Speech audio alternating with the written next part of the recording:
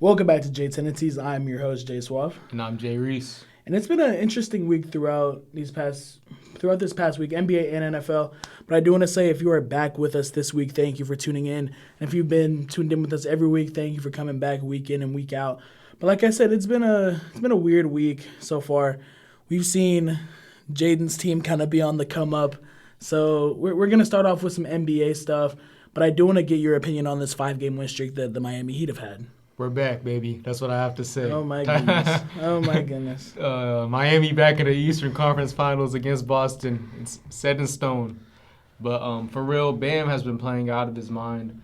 Bam's looking like he's coming for that Defensive Player of the Year spot. Like I said previously, you know, he hasn't got it the last couple of years, even though he's been in contention for it. So I feel like this is the year he finally gets it. Jaime Jaquez keeps getting better and better every week. He's a really solid rookie, and I'm really excited to see his growth as a player. Duncan Robinson, you know, his evolution from just a 3-point shooter, spot-up shooter, one of the best spot-up shooters at a certain time in the league when he got that big contract, to now being a really good all-around player, right? He'll still beat you deep, but now he'll drive on you. He'll play some defense. You know, he's probably not still the best defender out there, but, you know, he's a pretty solid defender now. And then Jimmy's been playing good. You know, Tyler's out, unfortunately, but he'll be back in a couple weeks. And then sprained ankle, right? Yeah, I think it's a sprained ankle. Yeah. But, yeah, man, it's just exciting to see. You know, we're back. That's all I have to say. Also, if you didn't know, I mentioned this in Friday's episode. I went to my first NBA game last week. Saw the Mavs and Raptors. Raptors won. You know, I was hating on the Mavs, so kind of glad that happened. Crazy. But seeing Kyrie play in person, just a totally different experience. 'Cause I'm a big Kyrie fan. Watching him make some of those layups is insane. Most definitely. And I kind of want to talk about the Celtics. They just lost two. I mean, they've won their last two. They ended up losing to, I'm pretty sure it was the Timberwolves and I think the Raptors too, honestly. And those are some pretty tough games. But, I mean, other than that, I can't complain. They're second in the East right now. You got the 76ers. They won 8 straight after losing their first game. I'm kind of still worried about the Milwaukee Bucks. They're sitting in the 8th spot right now. Like we said in another episode, the offense and the defense just hasn't been the same. You saw Giannis get ejected last week for dunking on a guy. Like, I feel like showing emotion shouldn't mean ejection. You feel me? Yeah, that's both ways too. Exactly. Both NFL and NBA. Exactly. And the team I'm actually excited for is actually the Orlando Magic because they are sitting in the 6th spot right now. They're 5-4. But the way they played last year, you just wouldn't expect them to be there. And you got the rookie, Anthony Black, Duncanville natives. If you're from Dallas, you know him. So just stuff like that, bro. It's just really crazy to see. The Celtics are going to go play the Knicks tonight, 6:30. But, I mean, by the time y'all see this, it'll be over. But that game will be crazy because I know that every time – the Knicks play the Boston Celtics, it's like Evan Fournier decides to turn into prime Michael Jordan. And the same thing with Chris Middleton whenever we play the Bucks. But other than that, I mean, is there anything else NBA-wise you want to touch on? Not right now. Not until our first topic. So let's go ahead and get into some NFL news. You know, I want to go ahead and mention that the Jacksonville Jaguars had just got blown out by the San Francisco 49ers. And, you know, we both kind of thought that the 49ers would end up winning that game, but we did not think they were going to end up winning in that kind of fashion, right? Most definitely not. It was like, 34-3, the end score? Yeah, 34-3 was the end score. You got guys like Christian Kirk. Christian Kirk was actually on my fantasy team this week. He played good. He had, 104 yards, no touchdowns, but I think it was off like 6 receptions too. Yeah, something like that. So that was honestly pretty good for me at least. I didn't even know that they had 3 points because I wasn't really paying attention to the game. However, I even had Christian McCaffrey on my fantasy this week. He did not score a touchdown, which was sad. But, I mean, y'all know me. I'm a big CMC guy. So to see his streak break, good thing he broke the streak in general, like the record. At least he tied the record. Yeah. At least he did that. But, I mean, it would have been cool. And he didn't really care since everybody else scored and they won by 31 points. It was funny. After the game, seeing his presser, he said, I suck. I'm the only one that didn't score. Most definitely. That guy sucks. But Trevor Lawrence, you know, he didn't play great. 185 yards passing, and he had 3 total turnovers, a fumble, and 2 interceptions. Like, that was not a great game for Trevor Lawrence. And this is what was one of my fears going into this game, is because the Jacksonville Jaguars, most of their wins have been, I don't think they had any real dominant wins. So going into this game, I thought it was going to be a close game, like most of their games have been, and they'd end up losing. But I didn't think they were going to get beat so bad where they only scored 3 points against the San Francisco 49ers, which they do have a great defense. But, I guess I'm not really surprised because they did get, beat bad by the Texans as well. Yeah. So, playing those good teams, I feel like Jacksonville Jaguars, they're really going to struggle to get something moving. Calvin Ridley was a real non-factor in this game, which if, after week 1, everybody thought, hey, this dude's back. Seeing him casually, just disappear in that offense is crazy. Yeah, most definitely. And I feel that because at this point in the league, in the season, I'll say that this AFC South squad, they are pretty competitive now. Yeah. I mean, the Colts haven't had Anthony Richardson for basically the whole season. Yeah. He only played, 2 games? He's played half the season. He played 5? I think he's played 4 or 5. 4 or 5 games. And the Colts are sitting at 5-5 right now. And this isn't something that we really expected. I know I wasn't too high on them, but Shane Steichen has this team really believing in him, and showing that they're 5-5 is really showing something to this team and how dedicated they are. And you have the Houston Texans sitting at 5-4 with a crazy game against the Bengals. We're going to get into that. But just as AFC South Conference is just one of the conferences you wouldn't have expected to be so competitive. Yeah, going into the season, I definitely thought this season, this division would have been the worst. Then it's just they're not. They're really, all teams are really competitive. Even when they lose really close. I don't think any of those teams have really been blown out except for the Jacksonville Jaguars. And I think the Titans may have a little bit, a couple of those early games. But, they're really moving now. Even though, actually, I think the Titans did get blown out this weekend too. 20-6 to the Bucks, I'm pretty sure. And then let's talk about instead of talking about the Bucks, let's talk about the NFC South. The Panthers lose to the Bears with an undrafted quarterback at their home. Bro, I want to hear your opinions on that game, man. Bro, you come on, bro. I ain't even got nothing to say to y'all, bro. I told y'all last week if we win, I'm gonna come in here happy. Y'all, I'm down. Yeah. I'm down terrible right now. It just was not the game I expected it to be. You got Bryce Young throwing for 181 yards, bro. It just wasn't what I expected. I thought we were going to go out there. Bryce, on his first primetime game, I thought he was going to go out there and dominate, which he didn't. Especially against a poor Bears team. Exactly. And you got – I mean, I get the Bears have guys like Kyler Gordon and Jalen Johnson, who everybody wanted last week. Mm-hmm. But at the same time, bro, it's one of those things. That defense isn't as good as that even isn't as good as people – I won't say as people make it out to be because it's just not good. It's just not good. So it's just one of those things to if you can't take advantage of it, then I don't even know what we can do, bro. And we end up playing the Cowboys this week.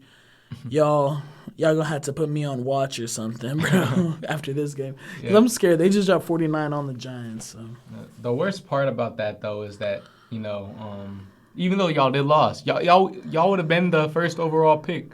But y'all can't get that right now because the Bears have your picks. So beating y'all just help them out even more in the future, I know, bro. It's sad. It's sickening. The last game I want to talk about, my 3-week lead recap, was the Ravens. They blew a 2-score lead in the fourth quarter to the Cleveland Browns, right? Deshaun Watson had a poor first half, but he came out in the second half, 14-14, 134 yards, 1 passing touchdown and 1 2-point conversion. The score was 31-17 with 9 minutes left in the game. How do you think what do you think about the Ravens, because this isn't the first time they've done this in the last couple of years. Yeah. With a double-digit lead going into the fourth quarter, they end up losing the game. So what do you think about that? I just think it's a discipline thing. I feel like the Ravens have had their fair share of games where they've dominated the whole time. I mean, they took a 6-1 Lions team and dominated them by almost 30 points. I mean, so it's like whenever you have a team by the throat in the fourth quarter, this Browns team isn't known to give up because they know this division is in reach. And there's a reason why Myles Garrett is the front runner for Defensive Player of the Year at this stage. You feel me? Yeah. So the Ravens kind of kept him off the stat sheet for 3 straight quarters. But he still made his presence being felt, and especially at the end of the third quarter where he brought Lamar Jackson down twice, that kind of set the tone for the Browns going into the fourth quarter. So just knowing that, the football game is 4 quarters. It's not 3. Yeah. So just with these guys, you just got to lock in, bro. I mean, everybody wants to see y'all succeed. Especially with Lamar, because Lamar, we want to see him, elevate in those moments where the team needs you. You feel me? And then this is not what he's done in any of these losses that they've had this season. Against the Colts, he couldn't commit. He couldn't execute in the fourth quarter in the overtime when he was playing the Colts. When they lost to the Steelers, they had a double-digit lead going into the fourth quarter. And I'm not saying that it's his fault that the Steelers scored 14 unanswered points in the fourth quarter. TJ Watt went ballistic. But what's it called? You would expect, Lamar Jackson, if we're talking about him as an MVP candidate, to go out there, put up some points in the fourth quarter to help their team, extend the lead or keep that lead. And in this game, game on the line, he threw a pick six to to the Browns that let them tie the game. Then he couldn't go out there and score, letting the Browns get the ball back and go down the field and score a field goal. So you want Lamar Jackson in these situations to go out there and try and kind of put your team in a better position to win. Even though he did put him in a good position to win, initially he needs to not take his foot off the pedal at the end. You know what I'm saying? He needs to keep going at 100 so the team can succeed and win these close games. Where you have the lead, because you don't want to lose games where you have the lead. Most definitely. And I also want to touch on the Lions this week. They upgraded to 7-2, beating the Chargers.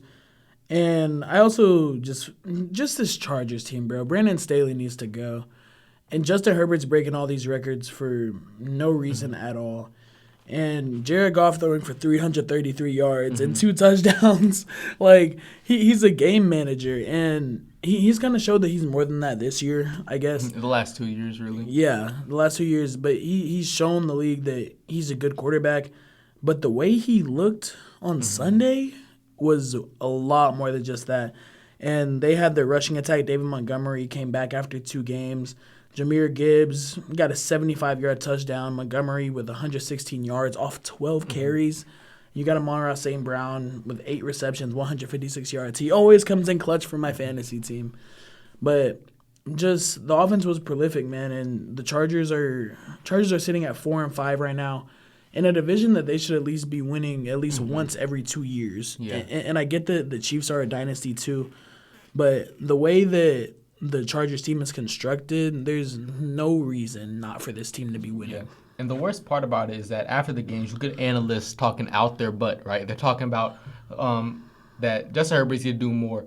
Like, what's it called? I saw one analyst was like, yeah, the blame is on Brandon Staley because he's a defensive minded coach and this team just had 530 yards on them. Yeah. And then one of the guys like, well, if I'm paying Justin Herbert all this money, he's supposed to be this great, and he needs to get 630 yards. Like, you know how hard it is to get 600 yards in the game. You know how hard it is to get 500 yards in the game. And I'm pretty sure Herbert had what, 400? Yeah, he had like 400 yards, but like. So how are you going to put the blame on Justin Herbert? Just because Justin Herbert is the superstar quarterback and everybody has high expectations for Justin Herbert, you can't put the blame on him when his defense sets up 500 yards. If his defense sets up 30 points a game, how is he going to – he can't score 30 points every game. That's not his fault. Yeah. Right? If you let up 41 points, bro, and you still win – it's just one of those things to where, like, there's no reason not to win if you're scoring over 35 a game. So, and I get that they don't sometimes. I mean, they only dropped 17 against the Cowboys. But if you score, I'm going to say this. If you at least score 28+, you should be winning in the NFL. Yeah, especially when you have guys on the defense like Khalil Mack, Joey Bosa, Derwin James, Asante Samuel. You have studs on that defense, and this defense is still allowing, like, 30 points a game. You can't do that as an NFL team, especially with Brandon Staley, who's supposed to be this great defensive-minded coach. You have to, you have all the stars, you have all the pieces that you need to succeed in the NFL, and you can't do that. Like, if Justin Herbert gets too much blame for the Chargers, and then I definitely think Brandon Staley should have been fired like 2 or 3 years ago. Should have been fired the year they lost to the Raiders in Week 17. Yeah, like, after that, he should have been gone. I don't know what he has over that front office that's letting him keep his job. But if he's not out of there by this year, then any Chargers fans should just give up hope on that team. Most definitely, bro. All right, let's go ahead and get into our first topic of the day, right? The James Harden situation over there in L.A., right? Another L.A. team. The Clippers started off 3-2, which is a pretty good start. It's not like 5-0 like the Celtics started, but they started off really good. And PG was averaging a little bit less than 30 points a game. Then they go out there and trade for James Harden. So they have 4 superstars on their team now, and you expect them to get better. But ever since they traded for James Harden, they've lost 4 straight. So what do you think the situation is in LA and how James Harden plays a big factor into this? For me, it's just I really don't know what's going on, if I'm going to be honest. I mean, you get brought in to elevate this team. You've played with at least one of the guys. You played with Brody. You played with Russell Westbrook. Mm-hmm. But at the same time, it might be just like a lineup thing because I've talked about this before. I don't think that all 4 of them should start at the same time. That's just playing small ball, especially whenever you got some guys on the bench who could really do work in the post. But at the same time, he was brought in to elevate the Clippers. They were 3-1 whenever they acquired Harden, and all he's done is downgrade them. I mean, they gave the Memphis Grizzlies their first win, you know? So it's like the Clippers have plenty of time to figure this out, but at the same time, you can only make one first impression. You feel me? Yeah, I definitely see this as a James Harden problem because James Harden, he does this, right? He kind of wants to be the center of attention wherever he goes, and that's why it kind of didn't work out in Houston, right? He wanted to go somewhere so he could win, even though they were giving him everything he wanted, right? They traded for Russell Westbrook, they traded for CP3, they had all those, they had the pieces, and then when things didn't work out exactly how he wanted to, he forced his way out, right? Showed up out of shape to training camp.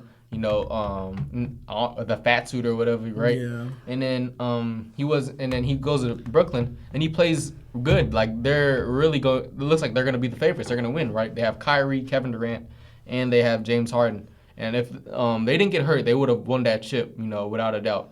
But then the next season, I don't blame him leaving Brooklyn on James Harden 100%. Just because all that drama with Kyrie Irving not getting the vaccine and whatnot. Yeah. So I understand why he wanted to leave there. But then he goes into a really great situation over there in Philadelphia. And then you go with the guy that you said you want to work with, not Joel Embiid, but what's the GM's name? It was for what's it called? The 76ers. Bro, I hate that guy. But what's it called? He wanted, but that's the guy who won it. He won it at first, right? And he goes there. He's playing great team basketball there, and then he starts. And then I heard something. One analyst after the game the other day, he made a real good point. Right after the All-Star game or something, he was upset because he had this great assisting stats, right? These great assists and everything. But he wanted to be more ball dominant like he was in Houston. He wanted to be the great scorer. So he started asking to go with the second team so he can be ball dominant. He didn't have to rely on Joel Embiid. And then he could be, more dominant with the ball. But then, you get to the playoffs and you score 9 points in an elimination game against the Boston Celtics when you're up 3-2. And then you're like, it's the front office's fault. The front office, they promised me all this and they're not going to give it to me after you decided to take a pay cut because you wanted to stay and you wanted to win a chip. And now you're gonna blame them, and then you see when you leave, they're just keep it rolling, right? They're 7-1. They're number 1 in the East. They won 8 straight, boy. Yeah, so I definitely see it as you need to get your ego into check, right? You gotta dial into the team aspect of the game, like you did when you first got to Philadelphia, right? Because when you got there, and then Joel Embiid was healthy, and you dialed into that team basketball mindset. Y'all were succeeding. Y'all were the number 1 seed. Y'all were doing really great. And then, but once you started to get more selfish, started worrying more about your ego and your personal stats, that's when you started to see the team collapse a little bit. And he's like now. I don't think he's bashed Joel Embiid or anything, but I know Joel Embiid definitely hasn't bashed him at all because Joel Embiid was a nice guy. Yeah, Joel Embiid's a nice guy. Some of the time. Hey, what's it called? Joel Embiid crazy. The troll. But what's it called? But I definitely think James Harden needs to look at himself in the mirror and reevaluate what he's doing right now, right? Because if he wants to be successful, he can't. Because if he keeps demanding out of these teams that have chances to win the chip, because they're not allowing him to be him, or they're kind of limiting what he used to be, right? He was trying to get back to what he used to be, which he won't be, because that's just what happens when you get older. They're not everybody's LeBron James or Kevin Durant. They can't play great basketball like that constantly. So it's okay to just accept your new role, like Russell Westbrook did, right? Russell Westbrook accepted his new role, and he's striving. But yeah, So I definitely think that. My bad. I definitely think that James needs to kind of check himself, before he makes it so no team in the NBA wants him or wants to work with him, going forward. yeah. I mean, even before he was on the Clippers, like we said, they were 3-1. They were actually 5th in offensive rating, 4th in defensive rating, and 3rd in net rating. And after they acquired James Harden, he's only played 4 games with them, or I don't think he played their first game with it. But after Harden, they are 25th in offensive rating, 28th in defensive rating, and 27th in net rating. And it's just one of those things, like, bro, like, you watch the game, you see the air ball he had in crunch time, but he had a clutch 3 literally, like, 2-3 possessions before. So, like, for me, it's just, like, I don't know if it's Harden's fault. I get that his attitude is bad.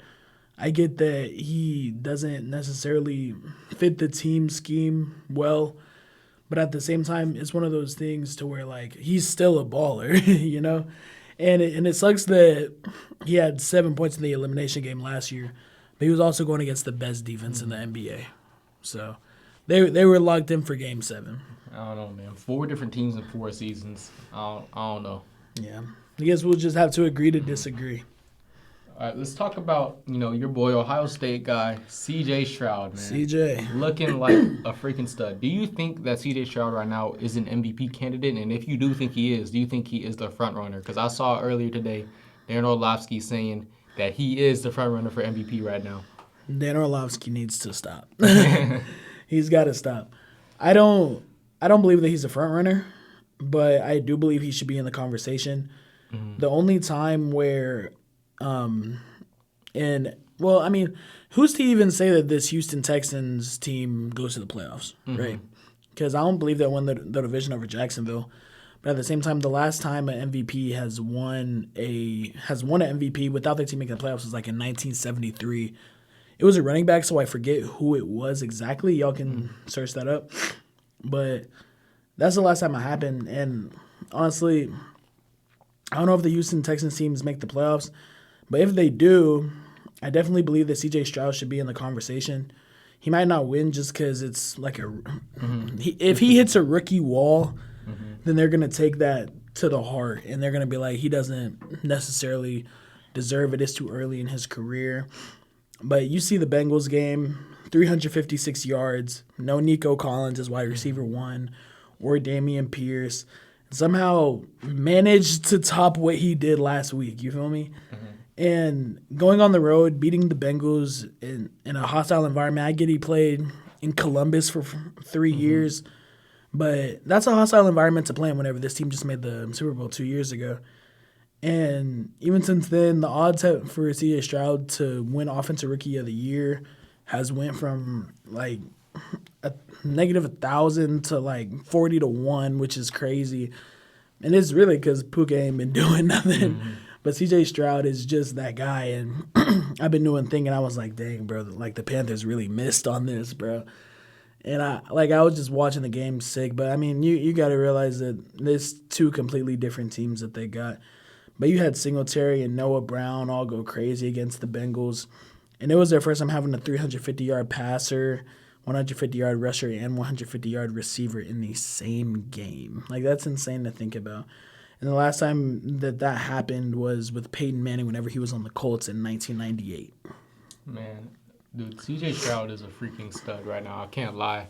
I think the last time a rookie had won MVP was like back in like the 50s or 60s or something like that, which is crazy if he's able to win it. But he's definitely a candidate right now. He holds off a hot Joe Burrow and the Bengals. They just got off a mean win streak. Jamar Chase, like he said, he said he's always open, and he was pretty open that game. He had like 100. He had 5 receptions for like 100-something yards and a touchdown. So the Bengals were like in prime position to win, but CJ Stroud was not turning over for nobody, man. He had 356 passing yards, 1 passing touchdown, 1 interception, and 1 rushing touchdown. And then that's the second game in a row we had a game-winning drive, right? He passed for 51 yards on the last drive of the game to get in the field goal range against the Bengals. And he had 470 yards against the Buccaneers with 5 touchdowns. And on that last drive against the Buccaneers, he had 75 passing yards and ended that drive off with a game-winning touchdown. So, he's definitely off to a really great start in his NFL career, and he turns the ball over the least out of any other starting quarterback in the NFL, which is, incredible. As a rookie who often throws plenty of interceptions. He has, like 19 touchdowns and 1 pick? He has 2 interceptions. He threw an interception this game. Oh, yeah. And then, you look over at the other side, you look at Bryce Young. Bro. Mean interceptions. Bro, it always comes back to Bryce, Mean bro. interceptions. It always comes back to Bryce. I hate it. But he's definitely not a front runner. I definitely still see Pat Mahomes and Jalen Hurts, ahead of him. Mm-hmm. Don't forget Lamar, bro. Also Lamar. But, Lamar did drop a game this week, and it didn't look great. It happens, bro. And it happens. I know what happens. So. Hey, 1 game, 3 games. That's all I got to say. Yeah. That's a different conversation. All right, but right now they're 5-4, second in the division, and they have to play the Jacksonville Jaguars again, which they've beaten already in Jacksonville. Yeah. So because I said before when we talked about this before that I think the Houston Texans can win the division. I think if the Houston Texans do win the division and get to the playoffs, I definitely think that CJ Stroud should win the MVP. Really? If they're able to win the division and then go to the playoffs, yes, I do think so. So what if the Eagles win their division and what if y'all win out? If we went out, I want Jalen Hurts to do it, but think about where they were before, right? They were the 3rd overall pick, and then he leads them to win the division against a really good Jacksonville Jaguars team. Yeah. And they win the division and get to the playoffs. I think CJ Stroud deserves it over Jalen Hurts at that point. I know it hurts for me. It hurts for me to say that because Jalen Hurts. It hurts for me to hear that. I want for him to. It could have been us. I want for him to win it. That would have never been y'all. Yeah, bro. Y'all just have a worse situation with Bryce Young than bro. CJ Stroud going into the season. We got DJ Chark finally coming off IR, bro. Laviska Shenault ain't done nothing, bro. We just suck, y'all. Yeah, you got over there in Houston. Houston's making a case for the best team in Texas right now. Bro, the Cowboys are better than them, bro. I don't know. If they played right now if they played right now, Cowboys win. Hey, I'm just gonna say, you might have an upset there. You're a Philly fan. You're good to be biased. You might have an upset there, bro. But look, it depends on where they play. They play in Dallas, they'll lose.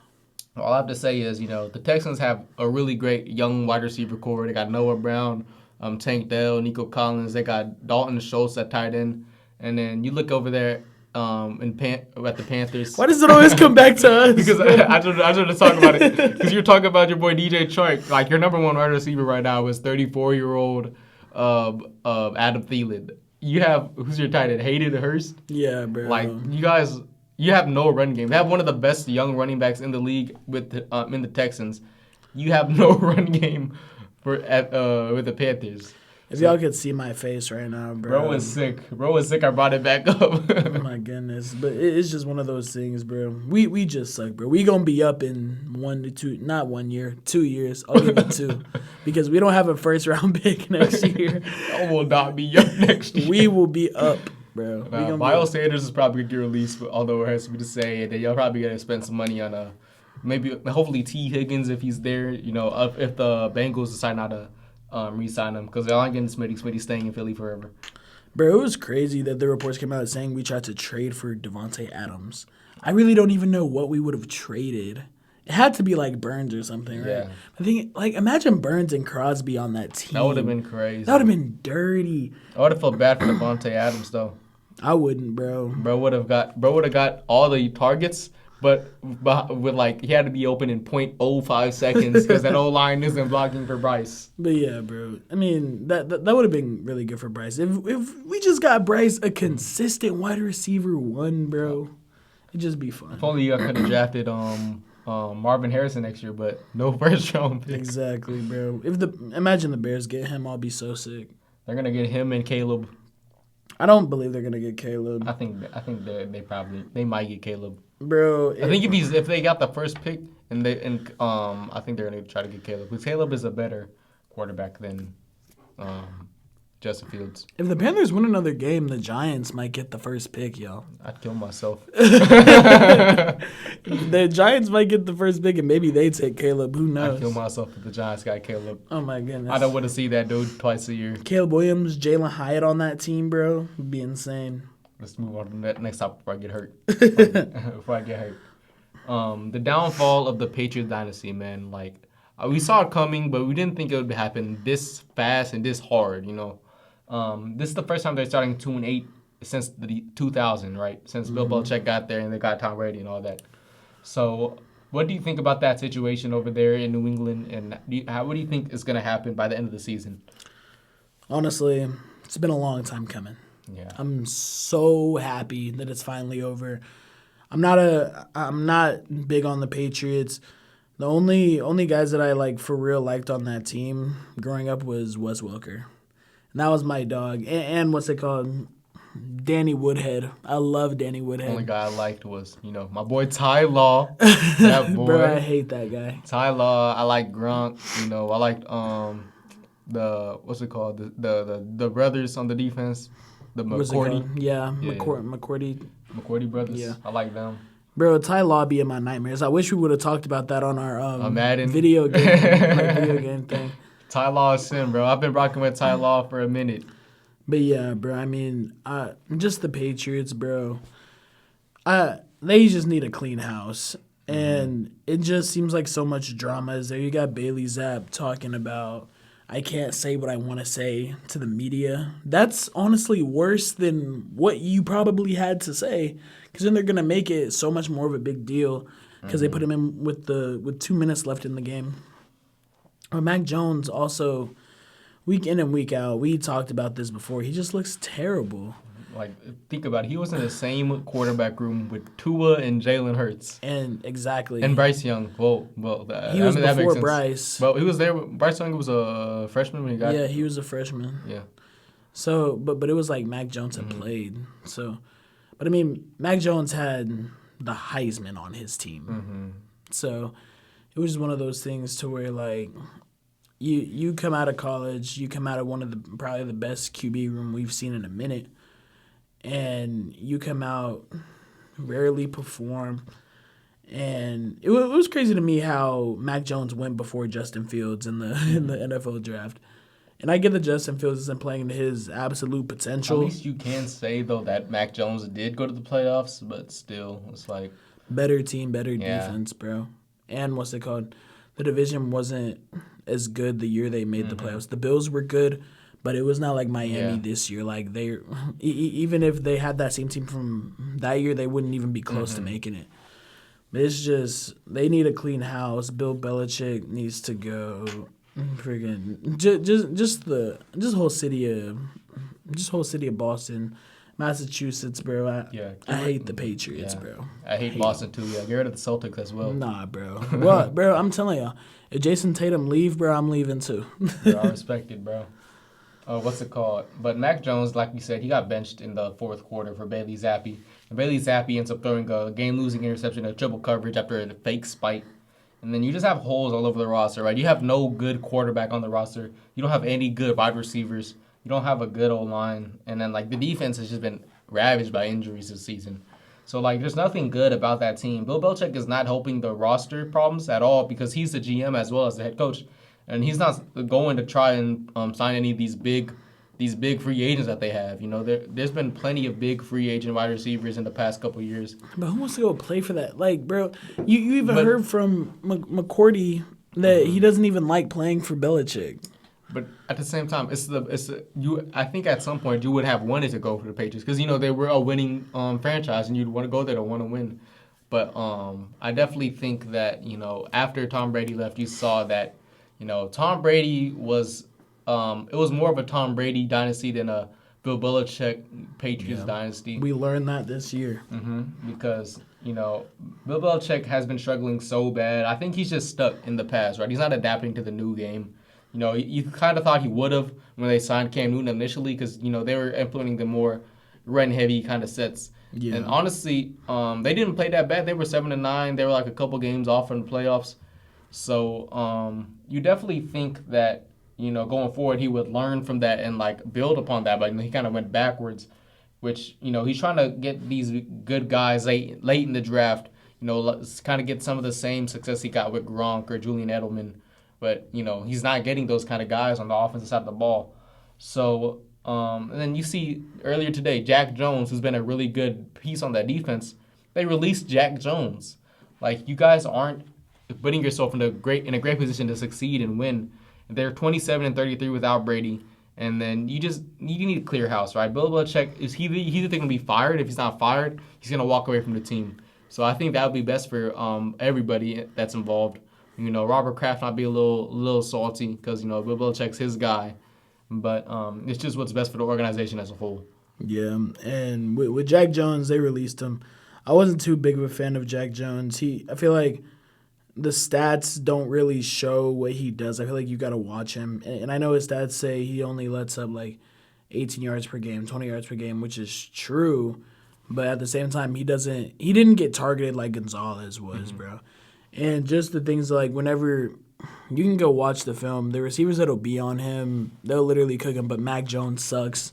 Bailey Zapp sucks, bro. But just stuff like that. Just teams they've also played against have been able to dominate the run against them too. So it's just like they don't necessarily have to throw the ball to beat the Patriots, especially since his defense is ravaged with injuries, like you said. Let's go ahead and to our games of the week, man. You want to go first or you want me to go first? You got it. I'll let you start off. All right.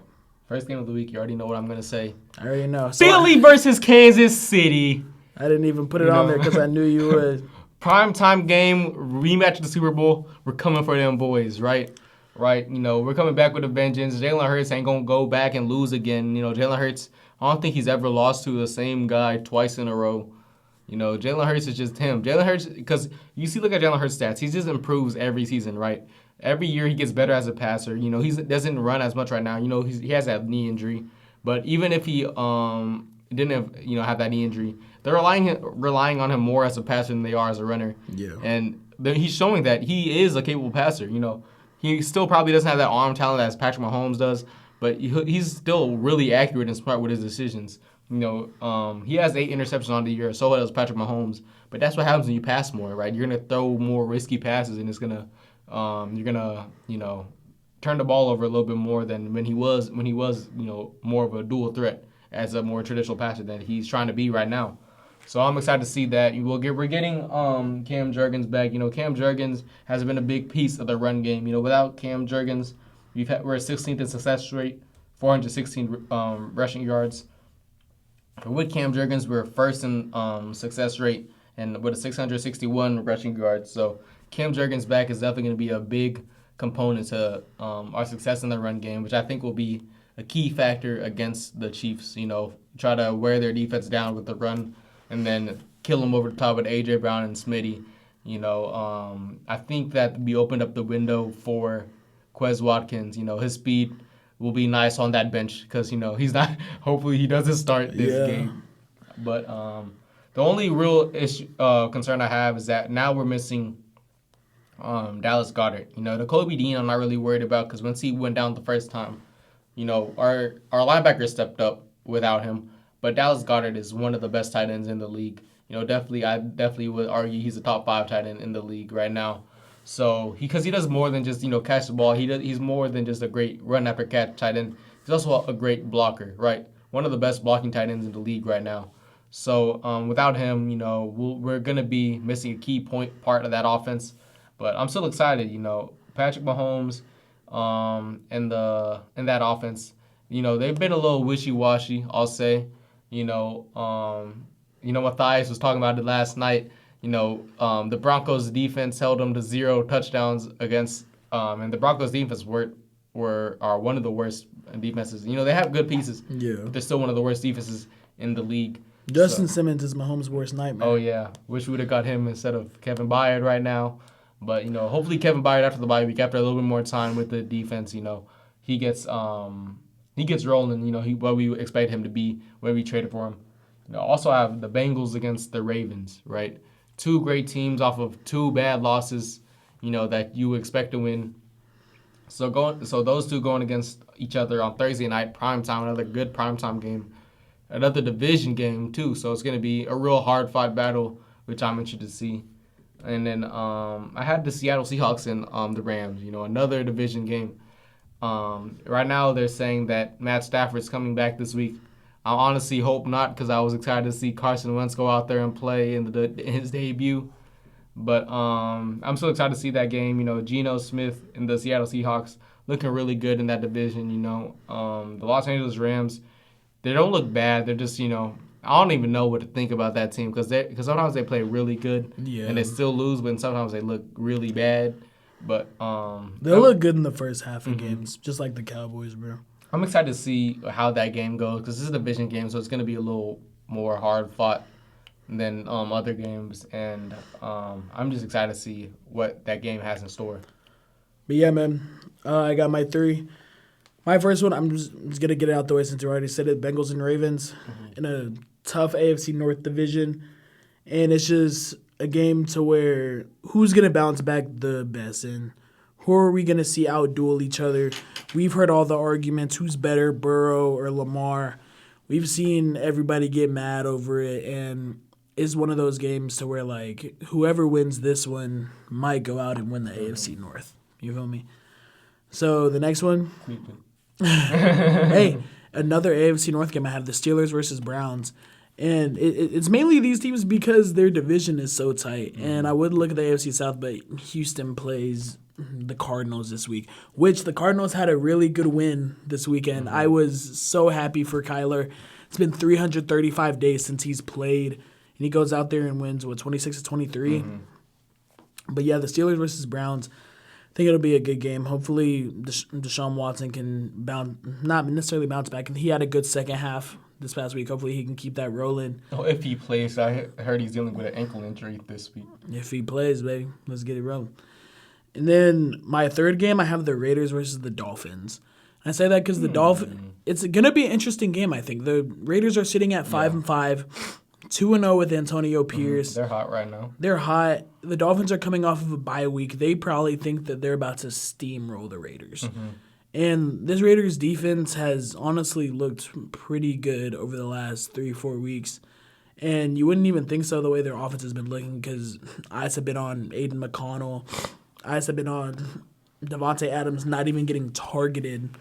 So it's just one of those things to where, like, this game might be a good game.